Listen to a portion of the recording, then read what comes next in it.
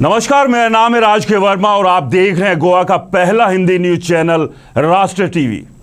दोस्तों, क्या गोवा का विकास सिर्फ कसिनो यानी जुआ घरों की चकाचौंध से ही होगा? क्या गोवा में टूरिस्ट सिर्फ कैसीनो में जुआ खेलने ही आते हैं? क्या कैसीनो से भरे पड़े गोवा को और कैसीनो की जरूरत है? गोवा में पहले से मौजूद कैसीनो ने गोवा के विकास में अभी तक क्या योगदान दिया? मौजूदा कैसीनो को लेकर ही कई तरह के विवाद हैं। ऐसे में और कैसीनो की सौगात गोवा को देकर बीजेपी सरकार क्या साबित करना चाहती है? दोस्तों, ये वो तमाम सवाल है जो गोवा के स्थानीय लोगों के अलावा गोवा की खूबसूरती और पर्यावरण को दिल में चाहने वाले आज बीजेपी सरकार से कर रहे हैं। ये सवाल क्यों उठ रहे हैं? दरअसल मीडिया रिपोर्ट्स और विपक्ष के मुताबिक धारगल पेडने में 33.3 हेक्टेयर खेती की जमीन पर डेल्टिन ग्रुप का 3000 करोड़ का इंटीग्रेटेड रिजॉर्ट डेवलपमेंट बीजेपी सरकार की मंजूरी के साथ शुरू होने को तैयार है।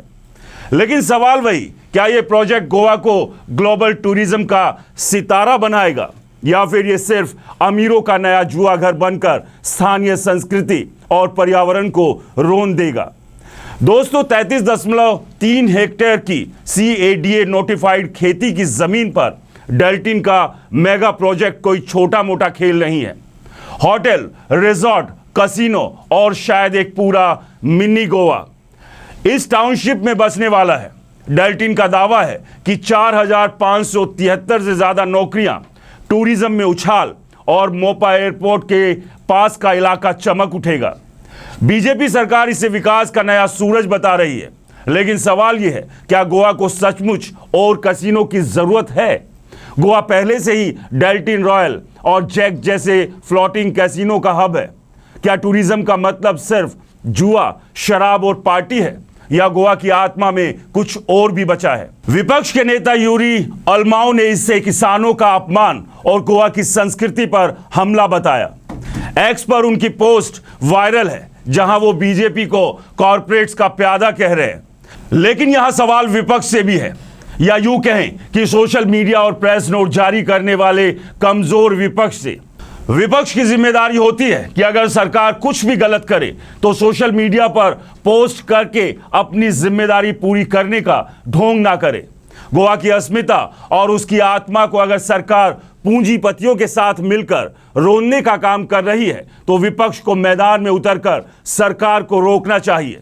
लेकिन गोवा का सबसे बड़ा दुर्भाग्य शायद यही है कि विपक्ष सिर्फ गुलाटी मारता है, सरकार की आंखों में आंख डालकर उसे ललकारता नहीं है। खैर, अब बात करते हैं उनकी जिनकी ये जमीन थी, यानी गोवा के स्थानीय लोग। स्थानीय लोग सवाल उठा रहे हैं, खेती की जमीन क्यों छीनी जा रही है? और गोवा की वो सुकून भरी छवि, वो हरियाली और संस्कृति का क्या? क्या गोवा को लॉस वेगस की कॉपी बनाना ही विकास है या कोई और मॉडल भी हो सकता है? गोवा का टूरिज्म दशकों से उसकी समुद्री लहरों, सूर्यास्त और बोहेमियन वाइब्स के लिए मशहूर रहा है। लेकिन पिछले कुछ सालों में कैसीनो और हाई एंड रिजॉर्ट्स ने गोवा को पार्टी हब की इमेज दे दी है। डेल्टिन जैसे प्रोजेक्ट्स इस इमेज को और पक्का करेंगे, लेकिन क्या यह गोवा के लिए फायदेमंद है? धारगल पेंडने का इलाका अभी तक गोवा की उस भीड़ भाड़ से बचा हुआ है जो पणजी और बागा जैसे टूरिस्ट स्पॉट्स में दिखती है। लेकिन डेल्टिन टाउनशिप से पानी की कमी, जंगलों को नुकसान और ट्रैफिक की समस्या बढ़ सकती है। पर्यावरणविद चेतावनी दे रहे हैं कि इतने बड़े प्रोजेक्ट से गोवा का इकोसिस्टम खतरे में पड़ सकता है और किसान वो तो पहले ही अपनी जमीन छीनने से गुस्से में है। CADA नोटिफाइड जमीन को गैर कृषि उपयोग के लिए देना गोवा की खेती आधारित अर्थव्यवस्था को कमजोर कर सकता है।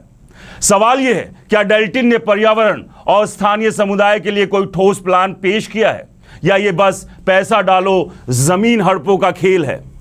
बीजेपी सरकार इस प्रोजेक्ट को 2027 के विधानसभा चुनाव से पहले अपने विकास के तमगे के तौर पर भुनाना चाहती है।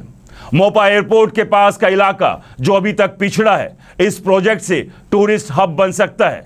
लेकिन विपक्ष का आरोप है कि बीजेपी ने यह जमीन डेल्टिन को सस्ते दामों में बेच दी।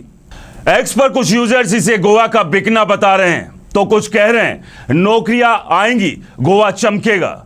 सियासी गलियारों में चर्चा है कि अगर स्थानीय लोग और किसान सड़कों पर उतरे तो यह प्रोजेक्ट बीजेपी के लिए विकास की जगह विनाश का सबब बन सकता है। डेल्टिन गोवा में पहले से ही अपने फ्लोटिंग कसिनो डेल्टिन रॉयल और जैक के लिए जाना जाता है, लेकिन इन पर मनी लॉन्ड्रिंग और अवैध गतिविधियों के आरोप भी लग चुके हैं। भले ही बिना सबूत के डेल्टिन का दावा है कि यह टाउनशिप गोवा को ग्लोबल टूरिज्म मैप पर ले जाएगा, लेकिन सवाल यह है, क्या गोवा को और जुए की मेजों की जरूरत है या कुछ ऐसा जो उसकी आत्मा को बचाए। डेल्टिन टाउनशिप प्रोजेक्ट गोवा के लिए एक तलवार की धार है। एक तरफ यह नौकरियां, निवेश और टूरिज्म का वादा करता है, दूसरी तरफ यह खेती की जमीन, पर्यावरण और गोवा की संस्कृति को दांव पर लगाता है। लेकिन सबसे बड़ा सवाल ये, क्या गोवा का टूरिज्म सिर्फ कैसीनो तक सीमित रहना चाहिए? क्यों ना गोवा को इको टूरिज्म, सांस्कृतिक उत्सवों और वेलनेस का ग्लोबल हब बनाया जाए? क्यों ना किसानों को उनकी जमीन पर ही रोजगार दिया जाए, ना कि कॉरपोरेट्स को सौंपकर? बीजेपी इसे विकास का तमगा बता रही है, लेकिन विपक्ष और स्थानीय लोग इसे लूट कह रहे हैं। एक्स पर बहस छिड़ी है, कुछ इसे गोवा का नया युग मान रहे हैं तो कुछ गोवा की बर्बादी। क्या यह प्रोजेक्ट गोवा को नई ऊंचाइयों पर ले जाएगा या फिर स्थानीय लोगों के लिए एक और सियासी जख्म बनेगा? और क्या बीजेपी को यह जुआ 2027 के चुनाव में हिट करेगा या फ्लॉप? जवाब जनता देगी, लेकिन गोवा की सियासत में यह तमाशा देखने लायक है। आप क्या सोचते हैं? क्या गोवा को कसिनो की चमक चाहिए या उसकी हरियाली और संस्कृति? हमें कमेंट्स कर जरूर बताएं। और दोस्तों, अगर आपने राष्ट्र टीवी को सब्सक्राइब नहीं किया है तो राष्ट्र टीवी को सब्सक्राइब करना ना भूलें, क्योंकि गोवा की आवाज और गोवा के मुद्दे राष्ट्र टीवी पर आपको अब हिंदी में नजर आएंगे। नमस्कार।